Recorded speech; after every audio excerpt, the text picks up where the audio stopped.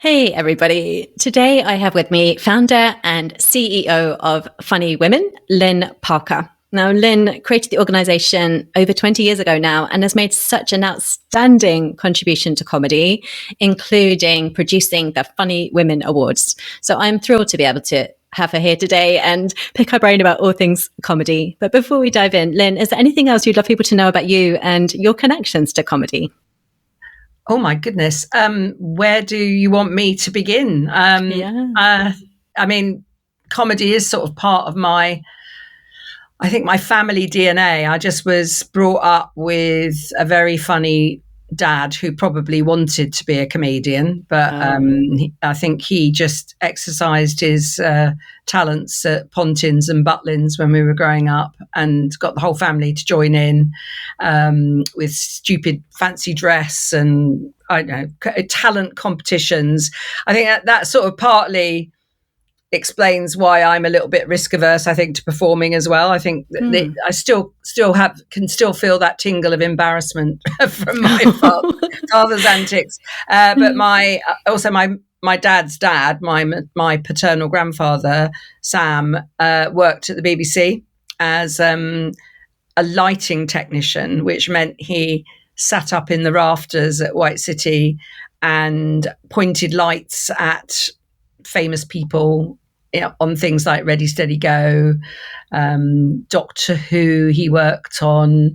This is showing my age. Dixon of Dock Green. I mean, he worked on a lot of BBC classics from the early 60s. And I think because of that, I always had that kind of weird sort of almost a connection with the world of entertainment, but not quite, because nobody was a professional. They were all either technicians or engineers. But the other thing that's really interesting, my father being, as he was absolutely passionate about radio comedy. He loved it. He loved the Goons and Round the Horn and the Navy Lark. They were all things that we would listen to. And I think he instilled that love of sound comedy into me. And it's a weird thing, but even because my grandpa worked at the BBC, I actually went to recordings of Round the Horn and the Navy Lark. I have actually tracked it back. I mean, I thought maybe it's one of those things I'm dreaming, but no, it did actually happen. And how come an 8-9-year-old child was allowed into those recordings is quite weird. I mean, that wouldn't happen now, but I do think I have definitely picked some of that up from being surrounded by it as a kid. It's sort of sticks with you. So that was probably my early influences. Very little to do with Funny Women. That's another whole story. And I'd love to know that story because there'll be some listeners from the UK who may know Funny Women and from other parts, and there may be some listeners who are new to hearing about Funny Women.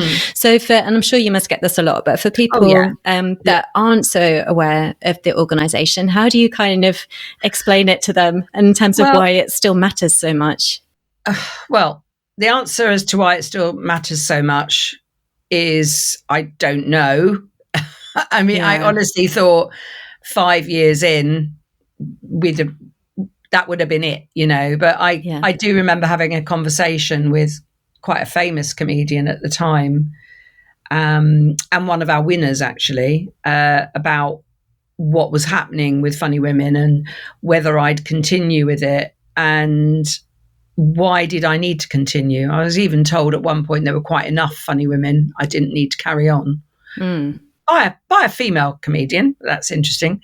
But I just think that there's still a real need for, and I think it applies to other industries as well as comedy. We're still not quite equal. We think we are, or people say we are, but we're not. And that's really how it all came about, because I had a whole career. I trained as a journalist, and then I kind of sold out and went into PR, mainly because I could earn more money. And I was good at it. One of those things. I'm not even that proud of being good at it, but I think it gave me a better and more reliable income than journalism. And I ended up working with a comedy promoter. That's how it came about. It was a very bizarre way I ended up working with him. I think I got recommended by another client who was a hairdresser. Don't ask. It was kind of a weird thing. And I found myself sort of night after night at this comedy club, which was in, it was called the Embassy Rooms on Tottenham Court Road. It is now Spearmint Rhino. So when you ask why we need funny women, we need to get rid of Spearmint Rhino, really. But there you go. We were there. The room was quite well known in terms of television. It was where they filmed the Jack Dee show and a couple of other things. So it was kind of a very louche, sort of typical red velvet kind of space. And this American comedy promoter wanted to use it as his base for it was called the Improv Comedy Club. Nothing to do with improv, but that's what it was called. And it was quite a famous brand. It was based in Miami. I was recommended to them and I became their publicist. But the short story is that night after night, hardly ever any female acts were booked. It was predominantly male. And I just, like anyone would, I'm a bit mouthy, why? Why is it always women? Where are the women? Why aren't you booking more women? And was told outright that there were no funny women and that women weren't funny. And as I always say, the rest is history. That was my catalyst for going off and launching what was to become what it is now, which is a non-profit community interest company with the aims of helping women to perform right and create comedy, with a sideline for exactly the same thing in the sort of corporate business world. But predominantly everything circulates around the idea of comedy and humour. And why shouldn't women be funny? Why shouldn't we? I think we are hilarious, actually. I think women have a much more innate sense of humour. They just use it differently to men. So that's kind of the short story as to where that was kind of in about 1998, 99. And then I didn't get round to running the first event for Funny Women until 2002, because there was a big incident in 2001, September, which put the whole world on hold. Poor old Funny Women, it's seen some times. So 9/11 kind of had a huge impact on a lot of things. I think we've forgotten about that, actually, but it did stop a lot of things happening. And I'm just grateful that I hadn't really got very far with my planning. And then we ran a really big charity night to launch it in, it would have been October 2002. And from that, I was introduced to one of my sponsors for that event was Babycham. Champagne Perry. And they wanted to do something with us. They said, we love this. We think what you're doing is amazing. I know they knew I wanted to launch a competition. And I said, well, would you sponsor our awards? And they said, yeah, Babycham Awards, great. And I went, no, I'm PR head on. And also thinking laterally, what happens if they don't stay around as sponsor? And kind of most of us in the world of comedy know what happened with Perrier. I mean, they haven't been the Perrier Awards for maybe 15 years, but it's still always referred to as the Perrier Awards. And I just didn't feel I wanted to go that route. So I branded it Funny Women. I'd already set up a business, set up a company. And I think, did one of those very smart things that you think back on. How did I do that? I registered the URL. Because someone told me to. I didn't even know what a URL was, but that's what I did. Yeah, I love it. And I love that you bring your PR and comm skills to it, because otherwise it's that thing, you can make brilliant work. We know there's brilliant talent that needs all that support, but also does need the promotion. And it's all about that. It's actually all about the grassroots and getting people to realise that if you don't encourage people at the entry level, and we don't have new talent coming through the pipeline, there isn't going to be, another Sarah Millican, Catherine Ryan, Zoe Lyons, whoever you want to think of. I mean, there will be, but I think what we've done is we've sped things up, and there are more of them, and not every well-known female comedian on the scene at the moment has come through Funny Women. And I always feel that I wanted to mitigate that as well. I didn't want Funny Women just to be about our awards, because I think that then people question your integrity. They think, why are you doing it? Well, actually, I mean, everyone calls me a businesswoman, but I'm not really driven, sadly, for everyone around me. I mean, money's important, but for me, the driving force of Funny Women is that whole thing of supporting new talent, and specifically women and non-binary people who, people who live their lives as women. I think we are still penalized for that. And the comedy world, for some reason, at live level, just seems to epitomize that. It's a very strange thing. I think it's only on the live circuit, because now when you look at television and comedy writing and script, actually it's much more equal. There's a lot of women now doing really well. And I think when women do well, they do really well. And they're often, controversially, I was going to say, often better than the men. Oh. But I think sometimes they are. They just don't always get the opportunities. And, history will actually back that up. We had people like Gracie Fields and Joyce Grenfell and Marty Kane and Phyllis Diller. Love a few Americans, Phyllis Diller and Joan Rivers and Mary Tyler Moore. All these women have been really super successful. So in a market which has always been sort of dominated by men, you've got all these amazing, brilliantly talented women shining through. So when someone turns around to you and says women aren't funny, and I mean, it's am I allowed to say a B word? Yes. It is utter male bollocks. Yeah. It really is. So I think that's why, in answer to your earlier question, why we're still going. There's still a need to keep promoting that, which is sad, because it would be nice to stop, but I'm still going.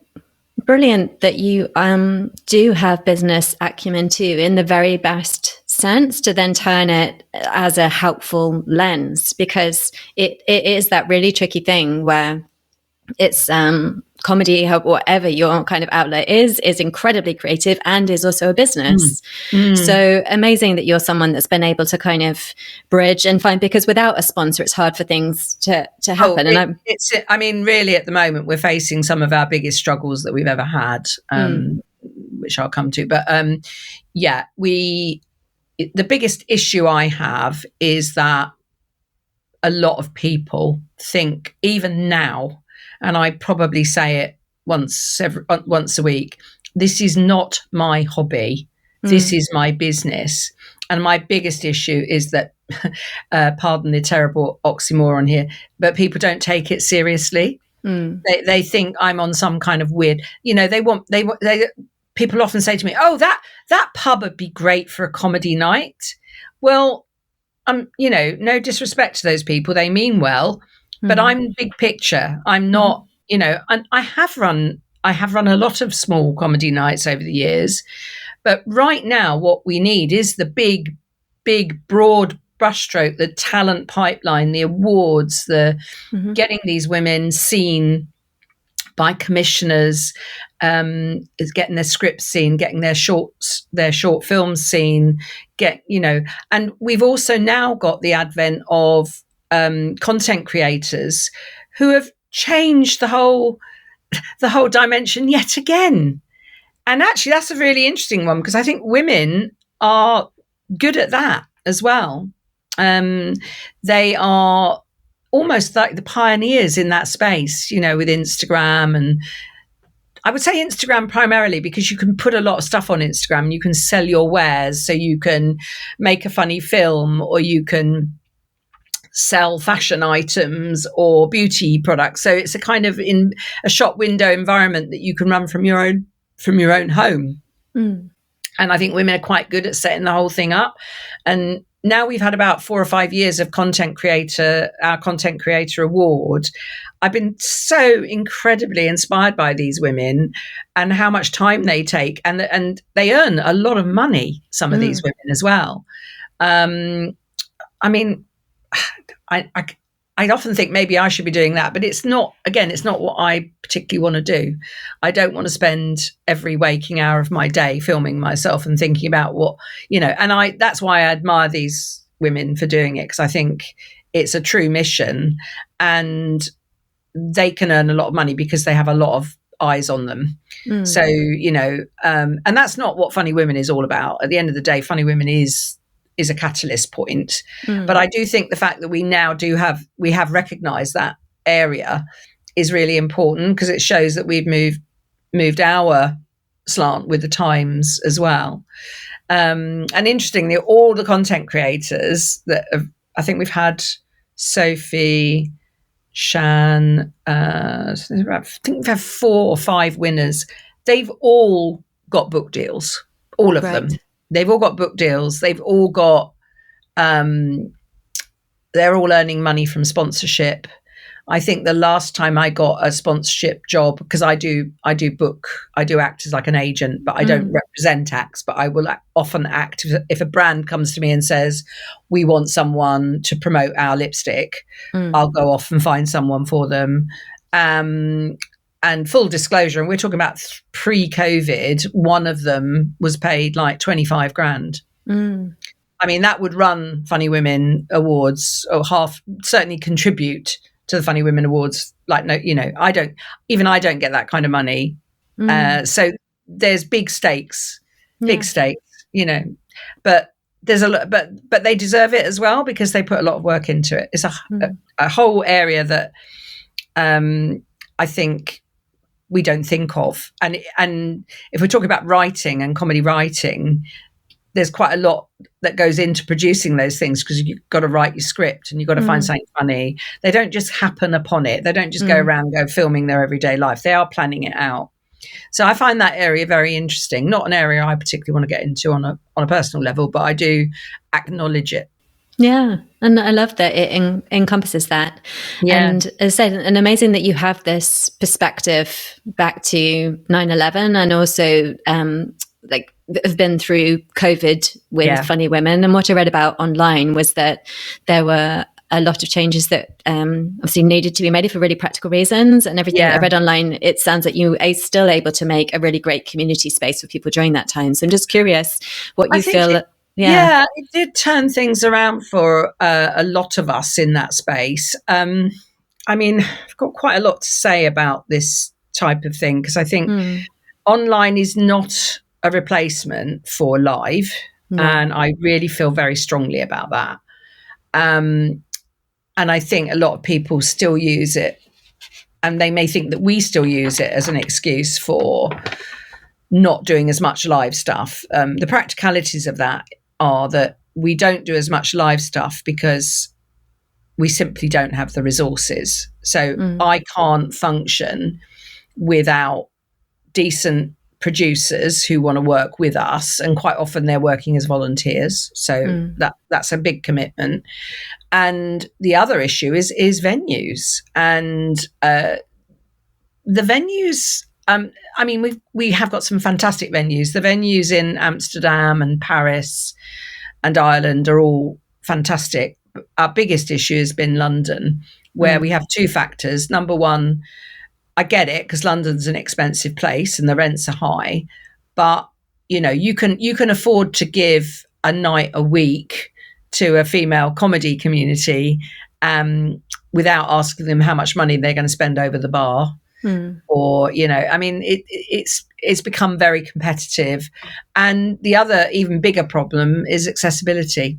And a lot of the London venues are really difficult for people with any modicum of disability. Can't get up and down stairs, quite a lot of the rooms are up narrow stairways in pubs. The toilets are always miles away. Always. Women's toilets are always a mile away from anywhere. I've never understood that. So you've got all these other issues, which I feel very strongly about, is that it isn't just about putting on the show. It's got to be comfortable for everybody. Otherwise it's not a nice experience. You want everyone to have a lovely experience if they're performing for the first time. I keep being reminded, actually, because Rosie Jones has been all over the media this week, and I saw Rosie do her first ever gig at the Betsy Trotwood, and the immortal lines, I'm not drunk, or I can't remember how she says it now, but the sheer effort of getting up those narrow stairs in the upstairs of the Betsy Trotwood. Good for her, because she did it, and she carried, and we all know where she ended up. And she was a finalist in 2016. In my view, should have won, but I don't choose the winners. A lot of people think I do, but there's a very good example of my chosen person not winning. She should have won, but she has won, as far as I'm concerned, because she's a superstar now. But that if you look at that whole area of disability and how badly served it is, because a lot of people who have to face life's challenges are often really funny as well. They've always got a funny story to tell. It sort of goes with the territory, doesn't it, really? So, I always think that's a really great, I always think back to that moment of seeing Rosie struggle up those stairs and then do a gig. It makes me laugh just thinking about it. And it makes me so proud as well that, that she started with us. So I suppose there's a good side to everything. Yeah, no, and thank you for sharing that, because I think I've also had a lot of experience of events in my day job, and I know what it takes behind the scenes to make it work. And sometimes it just, people don't realize how much time it takes, how much it costs, things like accessibility. So it's real. And you want to, for the sake of all the people performing, have something that's professional, welcoming, looks great. Well, you do, but people do think of comedy as like the cheap option. Oh, we'll just put on a comedy night. And they may have no backline, no decent, PA system. They expect you to come with your own mic stands. We always have pop-ups like the one behind me, and we've always been quite professional about it. Proper backing tracks, cleared music. But that's because that's my background. My other half is a musician and producer. We're in that game. But on the whole, a lot of people think of comedy as a cheap way to fill their pub and sell booze. The whole of Edinburgh Fringe, I will be probably cast off for saying this, but the whole reason that survives is because the venues make a lot of money out of food and drink. Don't kid yourself, it's just about the comedy. Yes, the comedy is the catalyst for it, and it does bring people together. But the people making the real bucks out of all of those big festivals are the ones selling the food and the booze, and yet they don't invest in it either. It just makes me so mad, apart from Baby Shower. And it is a particular kind of environment as well. Often with that attracts particular kinds of crowds, and if you're trying to kind of open things up and make more people welcome, and I appreciate what you're doing. And I wanted to ask you, because you have been such a tireless supporter of women and have supported and mentored women in so many different capacities. I was wondering if you've had that opportunity of being mentored, or if it was just that you say being immersed as an 8-year-old and just having to figure it all out. I think we all need cheerleaders, don't we? We always need somebody to bang your drum and support you. I've always thought I've had mentors, and then I've been disappointed. I have one particular person in mind who I really looked up to, who I thought of as a mentor. And this is in my PR career, not in my later career in comedy. But I don't think it's a story I particularly want to go into. But, when I got good at my job, she didn't like it. And I think what that shows is that, probably demonstrates, more importantly, is that women are actually quite ruthless and competitive when it comes to it. We don't think we are. We always think we're nicey and we're great with each other. But that particular incident has really changed my attitude to that notion of mentoring. And my mentor turned around and, knifed me in the back because I got good at my job and made her not look so good. And she didn't like that. So she had found a way to get rid of me, basically. So I think from that experience, where I went is more into, and I've always done this, I've realized even as a small child, and I had the best friend incident. I had a friend who was my best friend, and then the next day someone else was her best friend, and then she'd sort of set us off against each other. And I think with this other incident, it reminded me of that. And I thought, right, okay. And actually from that whole incident when I was a kid, I always had lots of friends. I've always been very mercurial and never been part of a particular gang. I like to move around, which does also mean that sometimes you're quite lonely and you're on your own. And people say, when I say to people I get lonely sometimes, they think I'm mad, but it is quite lonely running your own thing.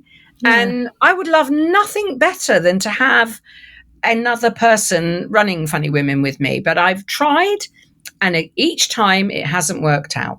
And for whatever reason, probably as much to do with me. I am, quite exacting, and I have my own way of doing things. So I think that makes it difficult. So how I've kind of got around that is now with a board, with Funny Women, I have a non-executive board, which is a group of men and women who are all fantastic, and they're there, and there's about 9 of us, I think, now, and they all have different expertise. They're not all in comedy, so I can call on them for different things. Some of them are in comedy, but that's a perfect setup for me. It's like I have a family of people that I can call upon.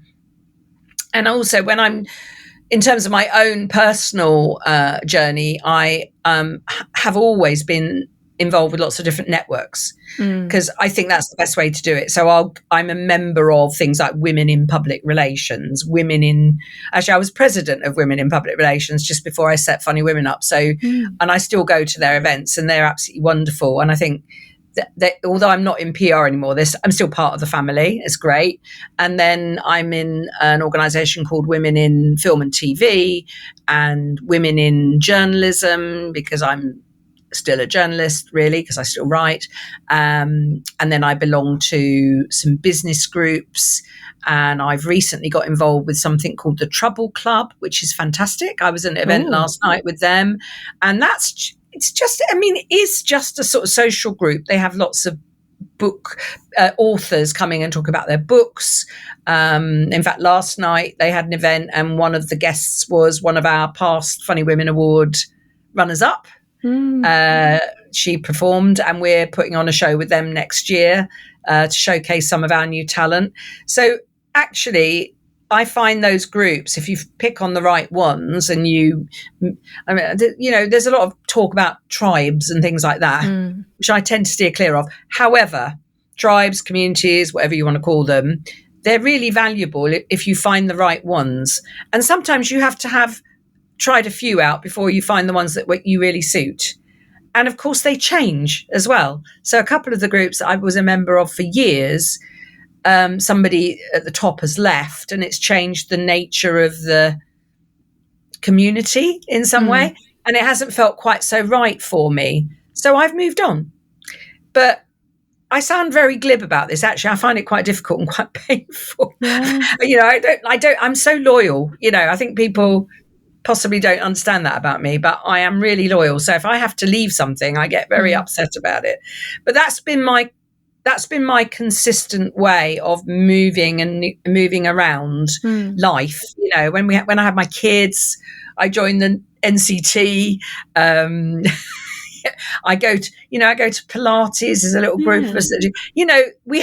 I think women are actually really good at this. I think women's groups really personify how women get on in life, because we kind of need each other, And I actually don't enjoy going to groups that are, that's not fair. I do go to one group locally here in Kent where I live, which is men and women, but they're all in marketing, and I kind of feel like I fit in there because we have marketing in common. So it's finding your niche, isn't it? It's finding the things that interest you. I suppose that's why people have hobbies, because they've all got an interest in knitting or winemaking, or it's human nature, isn't it? You group together. But I think it's through those groups and those communities that I've kind of been able to promote Funny Women and sustain it. So, when I've got new things coming up, I have a mailing list of about, 70 or 80 network contacts. And I just send out a personal email saying, please promote our next comedy crash course or our next stand up, stand out, and I might get half a dozen replies, and they put it. And today I've had 2 newsletters where they put our graphics in and but I offer them a discount. So, we all win. Everyone wins. And that's the other thing. Don't just take, give back. People forget that. Networking isn't just a one-way thing. You've got to networking is about giving something back. It's sort of it's a trade-off, isn't it? It's sort of bartering of sorts. Yeah. And I don't like the formal stuff where, you go in somewhere and go, hi, my name is John Smith and what do you do? And they're all a bit formal. I actually prefer the chatty, social stuff, which I think women do well. I think women do that much better than men. Sorry, men, we love you, but you're not as good at that as I am, as we are, as women are. Yeah, no, I love that. And I have had that discussion with my husband, who largely agrees with me. Yeah. Good. You got him well trained. I networking so much. I don't think a lot of men enjoy networking as much as women, actually. Yeah. But that's great, and great that you've been able to create those relationships. And I appreciate you speaking really transparently about all that means, because we are humans. So it's useful to know again that just because, we may have some similarities doesn't mean, as you say, that there aren't those other human aspects where actually someone, wants to cap the level of achievement, and other women won't. They would be fully supportive. But I appreciate you talking about the full spectrum, and also that strength of decision making to say, actually, this has changed. I need to move on, even though it's painful for me. So you can feel it as a human, but as a leader and someone who's running an organization, you also know what you need to do. You have limited time, resources, energy. And mentorships are like relationships. So if you find, if you do believe in somebody and you feel they're really important to you, and then the tables turn, that is very painful. It kind of completely blows your framework out the window. Having said that, I think mentorship can work extremely well. And I suppose I've just formalized my mentorship type relationships now, because I coach and train people. And if they want someone like me to help them kind of repackage their comedy, have some proper constructive feedback, help them write things in a different way, then that's part of how I earn my living. And I think that is mentorship, but they're paying me to do it. Yeah. Well, they're paying Funny Women. I'm it goes into the business, but I really enjoy doing that. But I think that I'm protected because that is a proper formal working relationship. It's not the informal one based on my past experiences of where it's gone wrong. So I think I've learned quite late in life again to stick up, say to people, I'm worth it. If you want to work with me, yes, I'd love to, but I charge so much, and this is how I do it. So that's another thing that I try and do a bit more of now, which I actually really love doing. I really like working with people on a one-to-one basis. And again, so now the pandemic helped us access more of that, because you can do it online. Which is great. Totally. And I was really curious about the fact that you do so much with the awards and different events throughout the year. And also you understand, you must have learned so much from taking comedy into businesses with the other side. So I'm curious about that, because I really like, I both value people that really care about their craft and want to develop it to the highest level possible. And I really can't stand elitism in the sense of creativity is only for very special people. Like, I want everyone to have access to whatever that is, comedy writing, to the level that they want to. So I love that you go into workplaces too and work with people. So I'm just curious, from all those experiences of running workshops and different schemes there, if there are any, sorry, I was going to say, if there's any like particular events, activities or prompts or things that you think help people who may, because comedy can be super scary. So just any kind of, how do you? It's not the comedy. No, it's not the comedy that's scary. It's you being scared of yourself, number one. Oh, love it. And we're all very fearful. We're all frightened of making a fool of ourselves. We've got to stop this. We've got to start legitimizing having a sense of humor, because laughter, have we not learned after 2 years of a pandemic how important laughter is? If we don't have, comedy and tragedy sit side by side. Some of the best comedy writing comes out of tragic circumstances. I can think of loads of fantastic, comedy that is black humor and that has come out of a working life situation. Jo Brand, who is our matron as well for Funny Women, wrote and played in her own sitcom called Getting On. And she's talked to me about it, and obviously she talks to other people much more famous than me, talk about how she came about that, because that was what she did. She was a mental health nurse, and she loves that dark side of life, that sort of tragicomedy.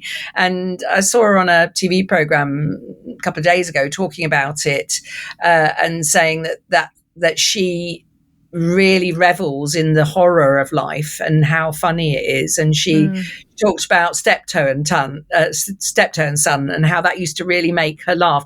And Jo and I are the same sort of age, so her references are very close to mine. And I can remember watching Steptoe and Son and being horrified and amused in equal measure, and that's what we got to remember.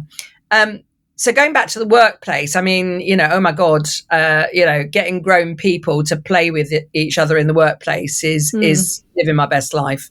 I love it. I really like to see people, those barriers fall away when you can, and what we need more than ever, and that the workplace has changed forever. Okay. Let's put that on the table. If you don't have to go into work 5 days a week, and you can do some of your work from home because you cut down your traveling, you can see more of your family, why wouldn't you do that? However, there is also huge value in being with other people and having that social side of life. Now, what business owners, large business owners with big, largely empty office blocks don't understand, if they don't make it fun for people, people won't want to go back. You've got to make it fun. And, we started doing these events with some of our bigger corporate clients. I mean, we do a lot of corporate work really just to bring money into the business. It all gets fed back into our outreach and the awards and stuff. But, we started to do these kind of hybrid events where we do a bit of workshopping, a bit of networking, and some live comedy. And there was a little bit of hesitancy the first few times we did it, but now it's such a winning formula, and it's such a great thing to do that we position it as a business event, but actually at the end of the day it is a sort of a comedy event disguised as a business event, because we're showing people techniques, and we break them up into smaller groups and they workshop together. It's a kind of mix of everything that we already do in the business environment, but we package it all together so that we can show our corporate clients how they could do it in their workplace. And we've done full scale events with clients like Canada Life and NatWest. And we just worked recently with Waits Group, SCS they're called now, the construction group. mainly where they have women's groups, women's networks. But more and more, I think we need to not make them women exclusive. I think that we need to still run them as Funny Women, or in fact, we have our sort of sister brand, Hilarious, which we use for that, but it's still Funny Women. But people say to me, well, why would Funny Women run that? I said, because usually it's a man thing and men run these things. So just go with it and have Funny Women run it, and women and then have a few men in the room. Why not? They might learn something. And actually the men that normally get involved do learn an awful lot. I think that it changes their perspective on how they can work with women hugely, particularly if they're outnumbered, But I mean, for those of us who've been a bit longer in the tooth and who've spent their entire careers being surrounded in rooms full of men, it's quite nice for the men to experience the boot on the other foot. And some men love it, they enjoy it. And I think they learn a lot. I just think the whole workplace is so genderized still. It's difficult. I suppose I also making it worse, I suppose, by saying we've got to run an event as Funny Women, but we actually call those events Fun at Work. So they are not gendered, but we run them. But I've honestly had some really wonderful times doing those events, because people, when they're given permission to laugh about, come up with the most amazing stuff. I mean, they really do. And without going into specific examples, just knowing that how they then, if we run something at the beginning of a 2-day conference, for example, quite often get employed to do like a warm-up session, which I also love. That's kind of a great thing to do. And you get people doing some kind of crazy stuff. Those people will be remembered throughout the whole 2 days of the conference by what they did on the first day. You can't beat that. So, that comes to my other big mantra, which is that comedy does make you memorable. We always remember great public speakers because they're funny. The first thing people say, oh, they were a really good speaker. They were really funny. And funny isn't difficult if you let yourself go. And that's the whole point of really the workplace stuff. Is I think women are much more risk averse when it comes to using humor, that we need permission a bit more, because we've had to fight for our place in workplace hierarchies. So we don't want to trivialize what we've done. But I think I think we're beyond that now. I think we don't have to worry anymore. I think we can be funny and whatever. I know it's a bit of a difficult one, because I know that in my past career, even pre-comedy, I've always been known for being outspoken, probably got called aggressive more than times than I care to remember. But actually, I don't think I am. I think I quite often say what other people are thinking, which is what comedians do. We just say the obvious. You just say the thing. You say what comes out your mouth. And I probably, like a lot of people in comedy, don't have that filter, so I just say it. And now I know a lot.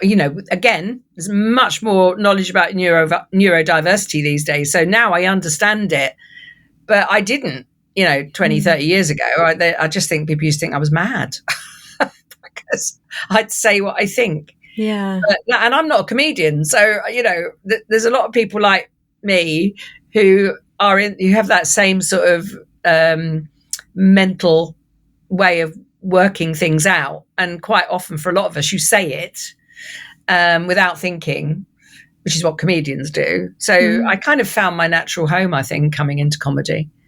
I love that, and I love the encouragement. I think lots more people would benefit from doing that. And particularly if you have been someone who's been socialized as a woman, and there is lots of pressure in the classroom to be nice, to be good, to make the peace, not to disrupt things, to, be a good girl, like all that sort of stuff. Like it's a shame.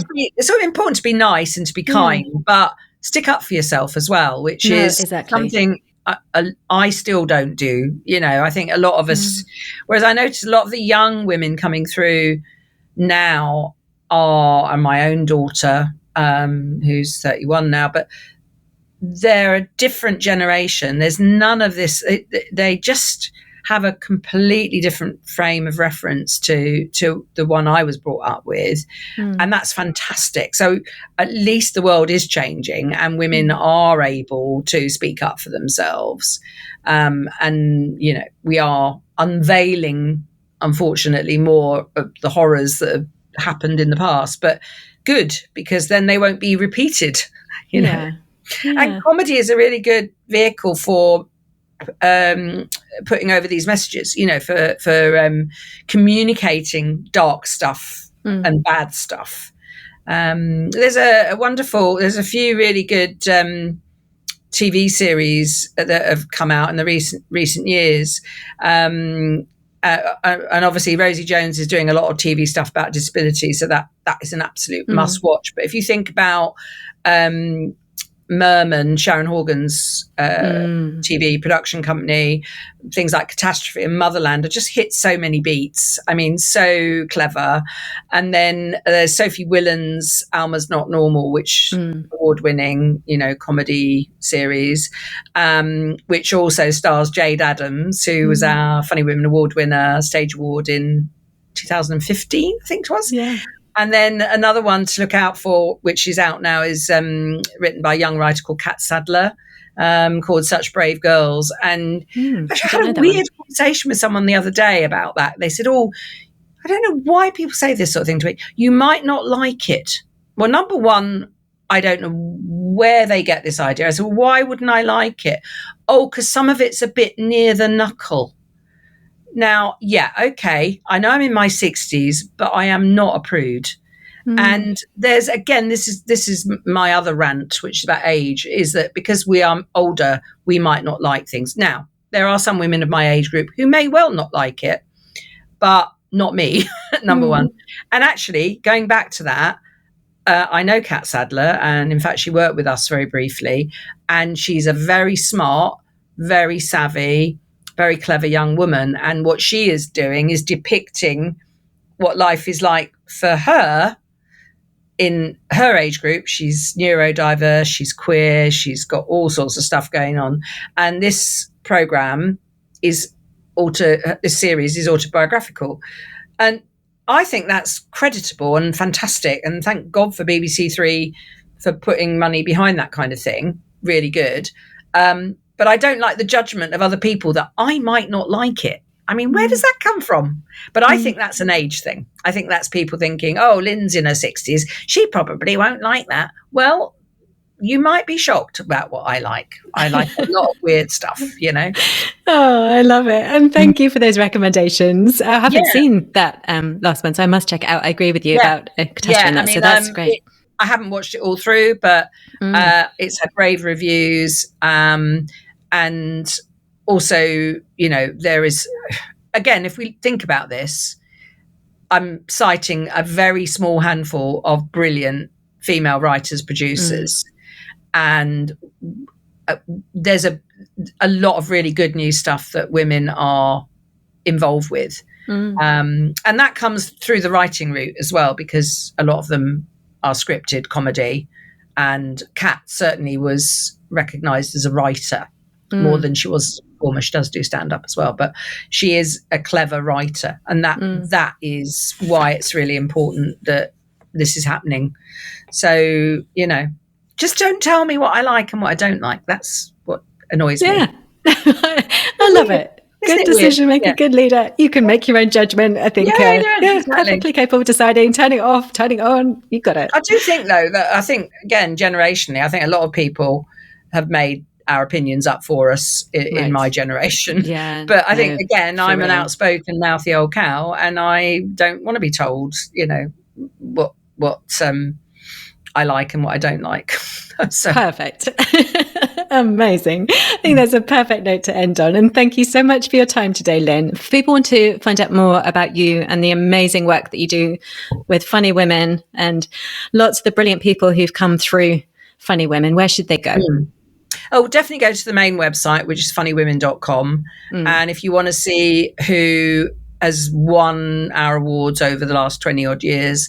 There's a Hall of Fame. If you click on the awards button at the top, and there's a drop down, it says Hall of Fame. You can see all the names of the winners of the different awards, which is a good point of reference. And then if you are interested in working either with me personally or with your workplace, if you go to hilarious.co.uk, which is our kind of sister website, as I call it, and that's got a little bit more background on some of our work and testimonials that different people we've worked with over the years.